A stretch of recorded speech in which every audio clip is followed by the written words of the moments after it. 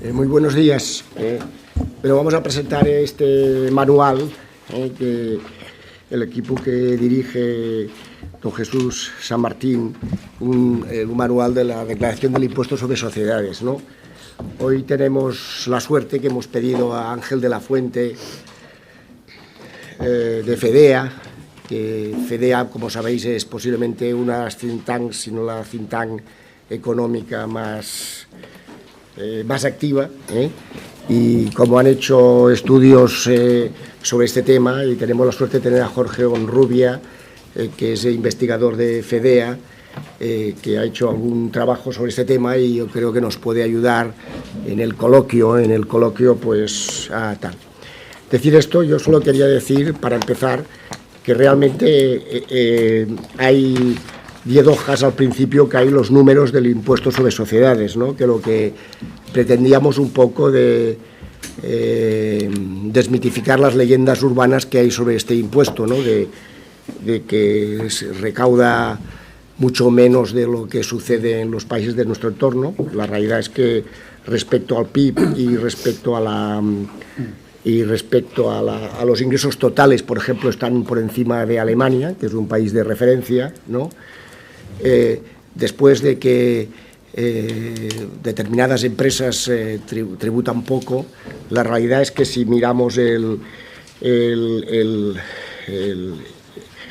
la parte de empresas que facturan más de 1.000 millones, que son 37 empresas, tributan más que 782 en 1.000 empresas que están en la banda más baja, y que es un impuesto que fundamentalmente lo que queríamos era un poco desmitificar esta realidad, ¿no?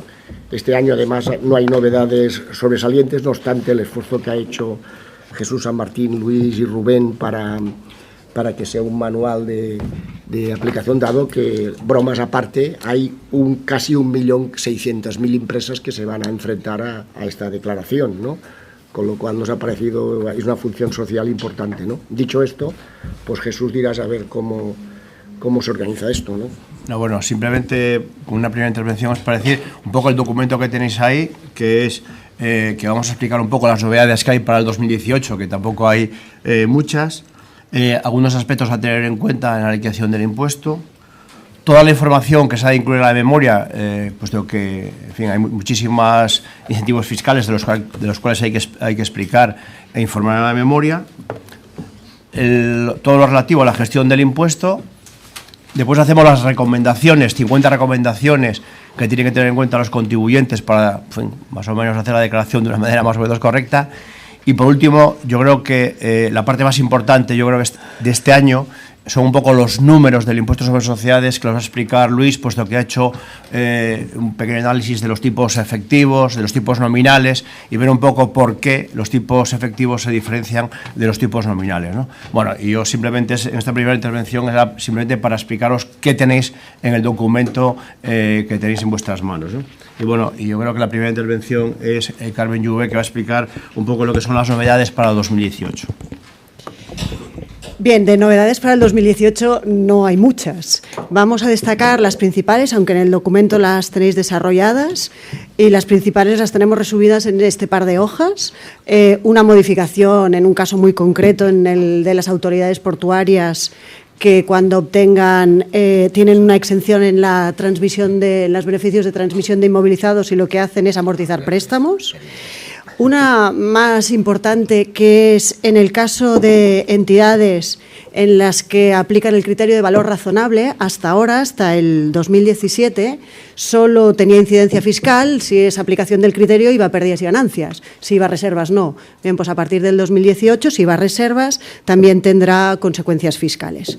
En el caso de entidades de crédito, más que nada para adecuarse a las normas internacionales de información financiera, se aprobó esta circular del Banco de España, que lo que implica es que en el caso en que estas normas internacionales originen cargos o abonos a la cuenta de reservas, si esto tiene efectos fiscales, se imputará en los 3 próximos ejercicios, no directamente en un año, sino en 3 ejercicios.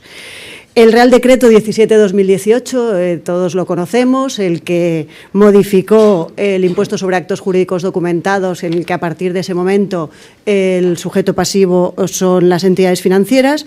Pues bien, además de aprobar que el sujeto pasivo eran las entidades financieras, en el caso de este tipo de préstamos con garantía hipotecaria, también determinó que ese AJD para las entidades financieras era un gasto no deducible en el impuesto sobre sociedades.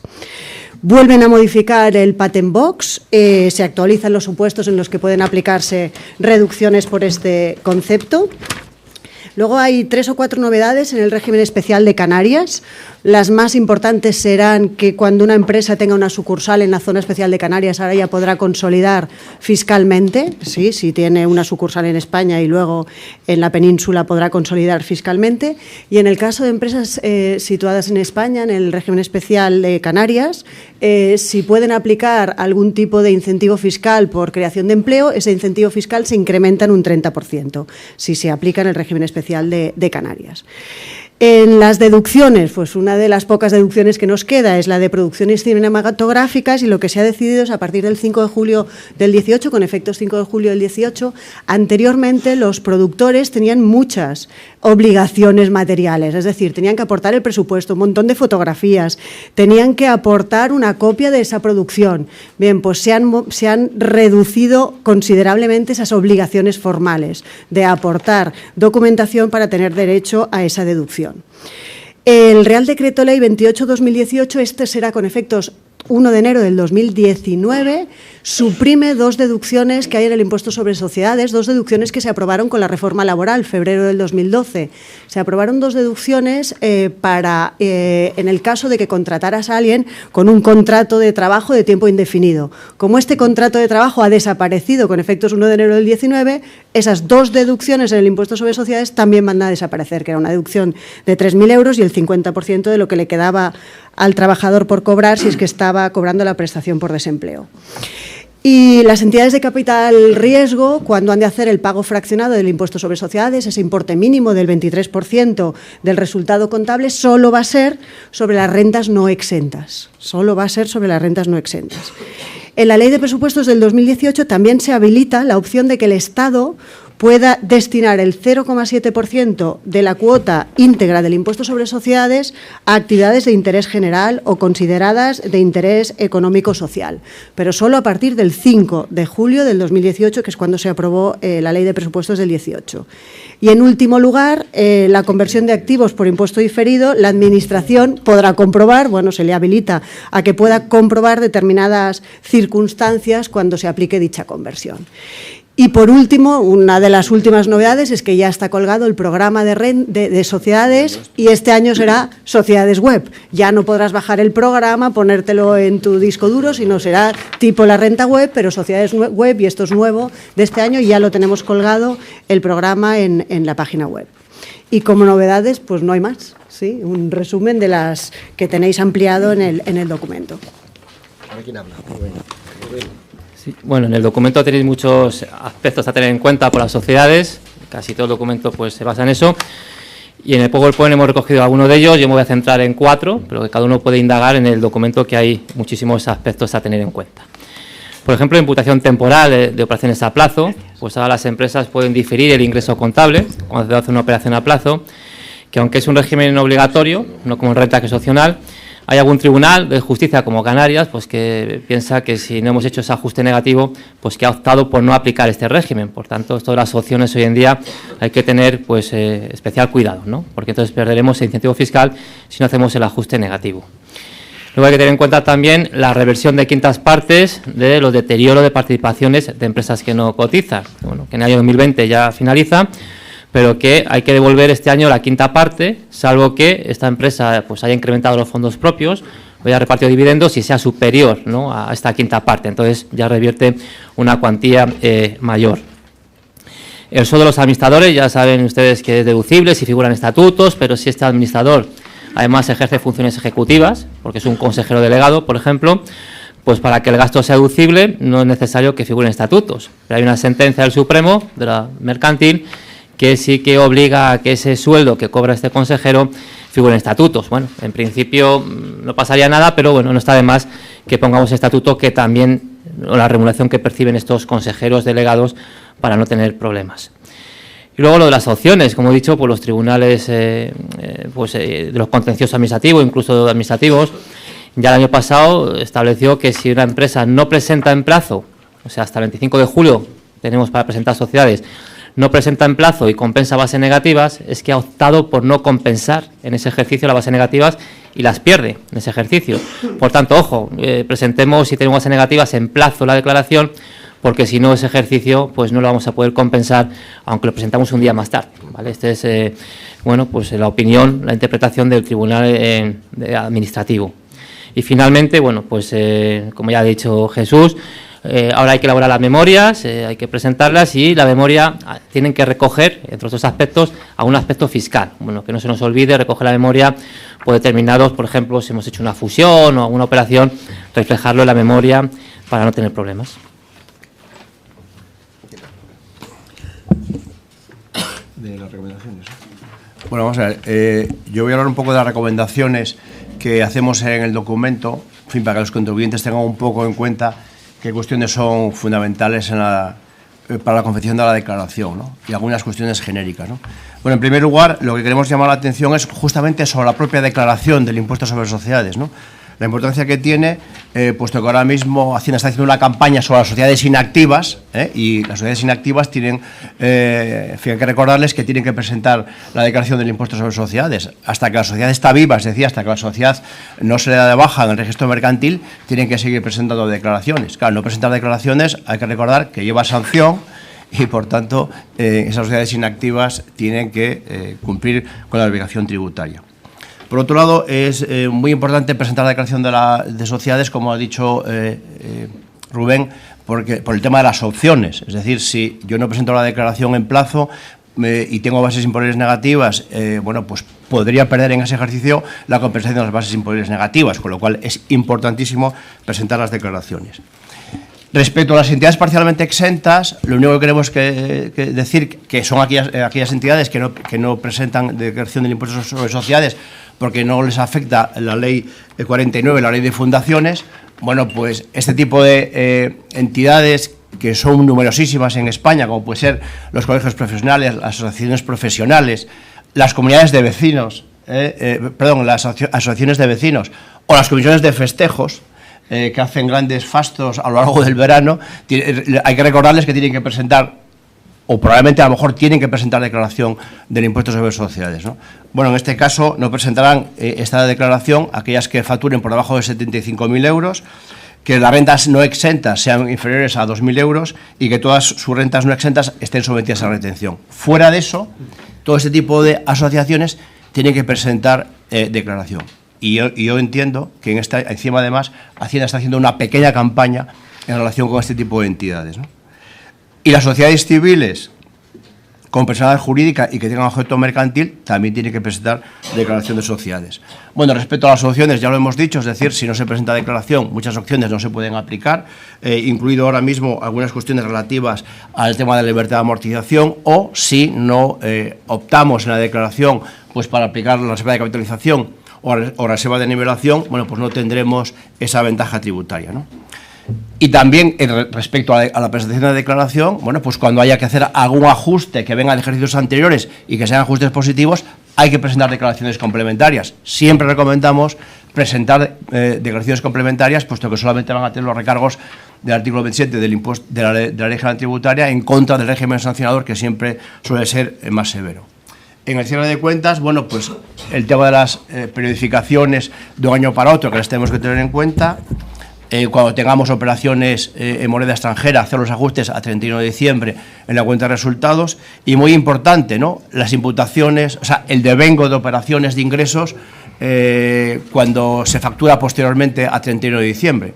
Hay que recordar que no es igual factura que ingreso en el impuesto sobre sociedades, es decir, no emitir una factura no significa que sea un ingreso en el impuesto sobre sociedades, y esas cuestiones las tenemos que tener muy en cuenta a la hora del cierre, ¿no? Los abonos o los cargos a reservas tienen implicaciones fiscales, en algunos casos también prestando declaraciones complementarias y en otro caso haciendo ajustes negativos a la base imponible. El tema de los administradores, que se ha convertido en un problema todos los años, estamos hablando de los administradores como consecuencia no ya de temas tributarios, sino de las propias sentencias del Tribunal Supremo, que está corrigiendo un poco los criterios que Hacienda ha aplicado a estos temas.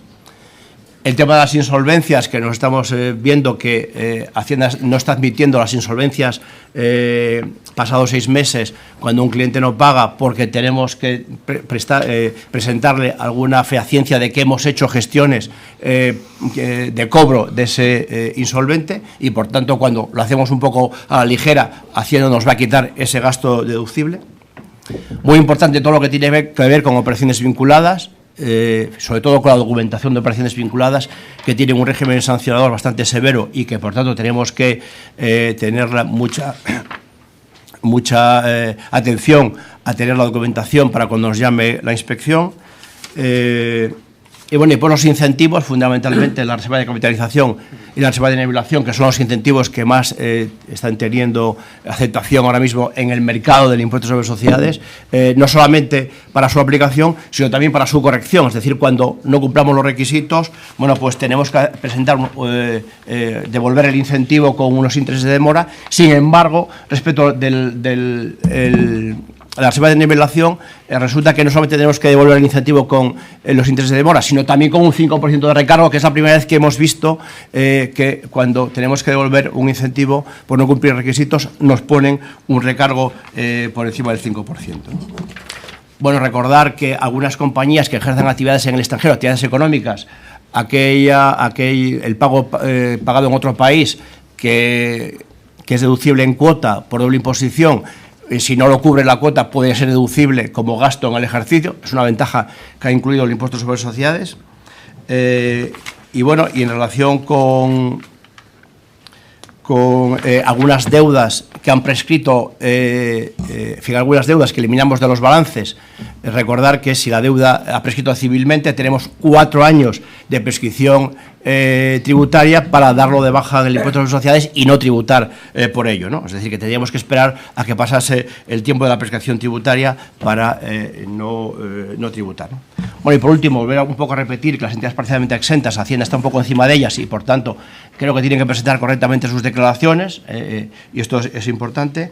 Y por último, no olvidar que este año hay que marcar la casilla para que se destine el 0,7% de la cuota a actividades de interés general, ¿no? Bueno, en fin, lo he hecho un poco atropelladamente, pero bueno, es que tampoco quería que esto se convirtiese en una clase magistral del impuesto sobre sociedades. No estamos para clases magistrales, ¿no?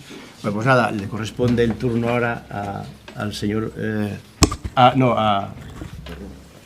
Luis del Amo. Con el tema de los números, que yo creo que es la parte más interesante de este año. Buenos días. Bueno, estos datos fundamentalmente los hemos sacado de unas nuevas estadísticas que tiene la agencia tributaria para analizar el impuesto sobre sociedades, que yo creo que es muy recomendable el que quiera sacarle un poco de punta a esto, pues que se meta ahí. Son, desde luego, muy buenas y antes no las teníamos. El último año es el 2016, pero de ahí se puede sacar un análisis, yo creo, bastante bueno. O sea, uno de los datos que ya decía Valentín, por supuesto, es que no es el censo del impuesto sobre sociedades, que son más de 1,5 millones de declaraciones, tiene 300, me parece que son 62.000 empresas inactivas, ¿no? Y solamente una tercera parte de las mismas dan base positiva, ¿no? Entonces, bueno, sin embargo, en los grupos son 2/3 partes las que tienen base positiva. Esto ya nos indica que este programa censal de revisión que está haciendo la agencia tributaria, pues la verdad es que tiene bastante sentido. De todas maneras, es que hay muchas sociedades que no se han liquidado y mientras no se liquiden, pues tienen que presentar la declaración del impuesto. El primer cuadro que tenemos ahí, es un cuadro que ponemos siempre cuando hablamos de renta, cuando hablamos de sociedades, es un poco la evolución de los ingresos tributarios del Estado, cómo se van comportando. Tenemos ahí los últimos años. Y hemos incluido 2007, que siempre ponemos como el año de referencia porque es el año récord, ¿no? Fue el último año precrisis y ese siempre nos sirve para compararnos. Eso la verdad es que le hace un flaco favor a nuestra perspectiva del impuesto y sobre todo del impuesto sobre sociedades. Como veis, la recaudación, bueno, pues ha aumentado a buen ritmo en el 18 respecto al 17. Hay, bueno, un incremento del 7% de los ingresos, en renta pues también 7,5%, en sociedades también ha aumentado 7,5%.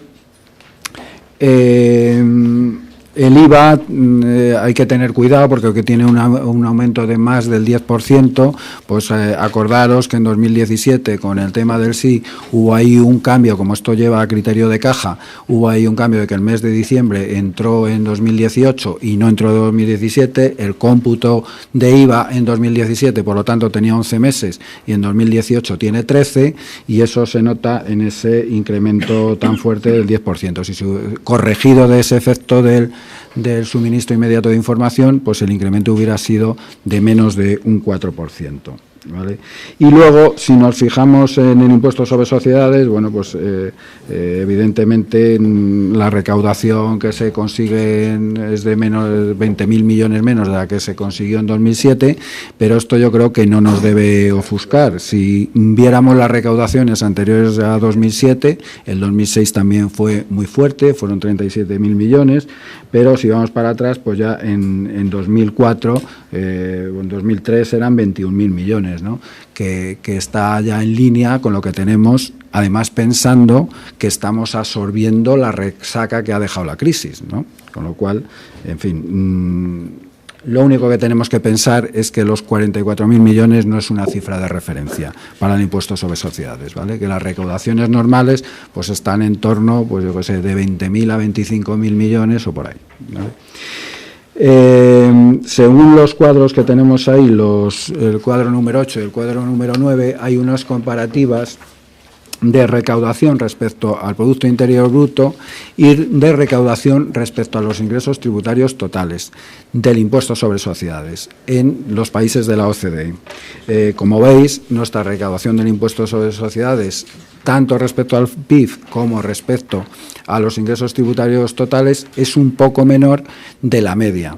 Pero, como decía antes Valentín, países de referencia, pues como Alemania, Italia, Francia, etcétera, pues tienen unos ingresos tributarios por impuestos sobre sociedades inferiores a los nuestros respecto al PIB y respecto a los ingresos tributarios.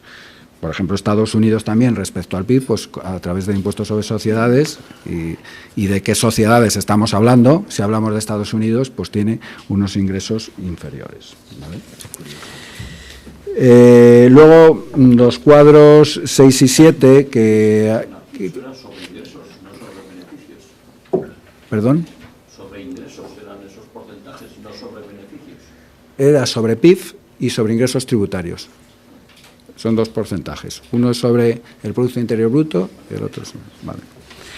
En los cuadros 6 y 7, que bueno, aquí en el PowerPoint solamente hemos puesto el 6, que es el que corresponde a los grupos, pero en el documento tenéis también el cuadro número 7, pues ese es donde aparece esta cosa del tipo efectivo, ¿no? Y si veis los grupos, pues aparece ahí que en grupos el tipo efectivo, según ese cuadro, es el 5,99. Si viéramos en empresas que no forman parte de grupos, sería el 16,93, que es lo que está en el cuadro número 7. Y esta ratio, que aparentemente pues es baja o muy baja, porque estamos hablando, bueno, si pone beneficio, en principio, ¿qué intuyes? Bueno, pues que solamente de lo que ganan, pues un 6% es lo que se tributa, cuando todos sabemos que el tipo nominal es el 25%, ¿no? Y entonces esto nos puede llevar a cierta sorpresa o cierta alarma. Si nos vamos a estas estadísticas, pues vemos cómo se define beneficio, y en este caso el beneficio se define como resultado contable positivo. Claro, si hablamos sobre todo de grupos, sabéis que los grupos lo que hacen es netear bases imponibles positivas y negativas. No exactamente, porque bueno, para hallar para la tributación no se parte del resultado contable consolidado, se parte de las bases imponibles, pero bueno, la magnitud contable ideal para hacernos una idea de cuál es el tipo efectivo, siendo solamente los beneficios lo que aquí se pone, pues lógicamente en los casos de los grupos no aparece la magnitud ideal, ¿no? Tendríamos que hacer una magnitud que sería más razonable en el caso de los grupos, sería el resultado contable, porque dentro del grupo netearíamos beneficios y pérdidas, que en definitiva, cuando vamos a hacer la base imponible, pues cuando vamos a ver la base imponible del grupo, pues son positivas y negativas, ¿no? Luego, la magnitud de referencia, yo entiendo que sería más idónea el resultado contable en este caso. Simplemente corrigiendo o hallando, vamos, ese tipo efectivo sobre el resultado contable en grupos, pues ya no estaríamos en un 5,99, estaríamos en un 11 y pico, en un 11,06, ¿no? Lo cual ya hablamos de otra cosa. En cambio, en el caso de no grupos, pues bueno, tiene sentido, ¿no?, el que hablemos de beneficio, porque solamente van a tributar las empresas, en principio, que tengan beneficios, aunque luego tiene que haber las correcciones correspondientes, ¿no? Y luego hemos hecho ahí un cuadro número 10, que es jugar un poco con los números de estas estadísticas, ¿no? Entonces, simplemente lo que intentamos es, intentar averiguar por qué al final se produce esta supuesta pérdida de recaudación desde la magnitud contable a la cuota líquida del impuesto, ¿no? Entonces, bueno, lo que he dicho antes, en primer lugar, en los grupos vamos a utilizar el resultado contable para esta magnitud. Luego, en el cuadro número 4, recogemos los principales aumentos y disminuciones al resultado contable y eso, bueno, hay unos aumentos y disminuciones propios de la contabilidad, pues por amortizaciones, por no sé qué, pero bueno, vamos a intentar ver, aparte del aumento del propio impuesto, ¿no?, que sabéis que el impuesto no es gasto deducible para calcular impuestos, y entonces siempre es uno de los aumentos, pues aparte de eso vamos a ver qué magnitudes son, qué principales aumentos hay, qué principales disminuciones. Entonces, entre los aumentos vemos como muy importantes los deterioros contables de participaciones que no se dejan deducir, y vienen a ser unos 30.000 millones. Las provisiones no deducibles, que, bueno, siempre ha sido, en fin, ha habido unas diferencias entre la contabilidad y la fiscalidad, y bueno, siempre ha habido determinadas provisiones que si no se ha realizado el gasto, pues no se dejan deducir fiscalmente. Y luego, lo que decía antes Rubén cuando hablaba de los aspectos fundamentales, esta reversión de deterioros que fueron deducibles antes de 2013 de participadas que no cotizan, que supone en el año 16, que fue el primer año en que se hizo esta reversión por quintas partes, pues suponía 11.000 millones meter de más a la base imponible, ¿no? En cuanto a los ajustes negativos, bueno, pues aquí el rey en los ajustes negativos, y es la fundamental explicación de por qué los tipos efectivos se apartan bastante de los nominales, pues la exención por doble imposición, ¿no?, que son en total 105.000 millones. Luego nosotros en el cuadro 10, donde jugamos con estas cosas, no hemos considerado los 105.000 millones, porque, claro, también entendemos que aunque haya exención en una empresa que ya tiene un resultado contable negativo, pues eso no está lastrando la recaudación, porque esa empresa ya con resultado negativo ya no iba a tributar, aunque ahora hagamos la reducción, ¿de acuerdo? Pero, de todas formas, sí que supone unos 60.000 millones, aunque teniendo en cuenta solo las que corresponden a sociedades que tienen bases positivas, 60.000 millones menos de base en grupos y 8.000 millones menos de base en el resto de declaraciones. Y si a este lastre, digamos, en base le aplicamos el tipo del 25%, pues ello produciría una pérdida de recaudación mínima por este motivo de 17.000 millones. Bien, es verdad que, o sea, esto no puede haber doble imposición, o sea, esto tiene que ser así. Son dividendos, pues, que vienen de una sociedad de fuera o de aquí mismo de interiores que ya han tributado en esa sociedad, no pueden volver o sea, esto tiene que ser así, pero lo estamos teniendo en cuenta cuando hablamos de tipo efectivo y tipo nominal, entonces esto hay que descontarlo, digamos, ¿vale? Entonces eso puede lastrar la recaudación en 17.000 millones y en el caso de los grupos hablamos de 15.000 millones de recaudación. Luego hemos ido analizando otras reducciones, como por ejemplo la reserva de capitalización, que ahora mismo es de los incentivos que le quedan al impuesto, salvo la deducción por I+D+I, pues quizá el más potente, y sobre todo es un incentivo que es generalizado, ¿no? Entonces, esto tiene una pérdida recaudatoria, la verdad, bastante limitada, de 378 millones. Otra partida importante que también hace que se aleje el tipo efectivo de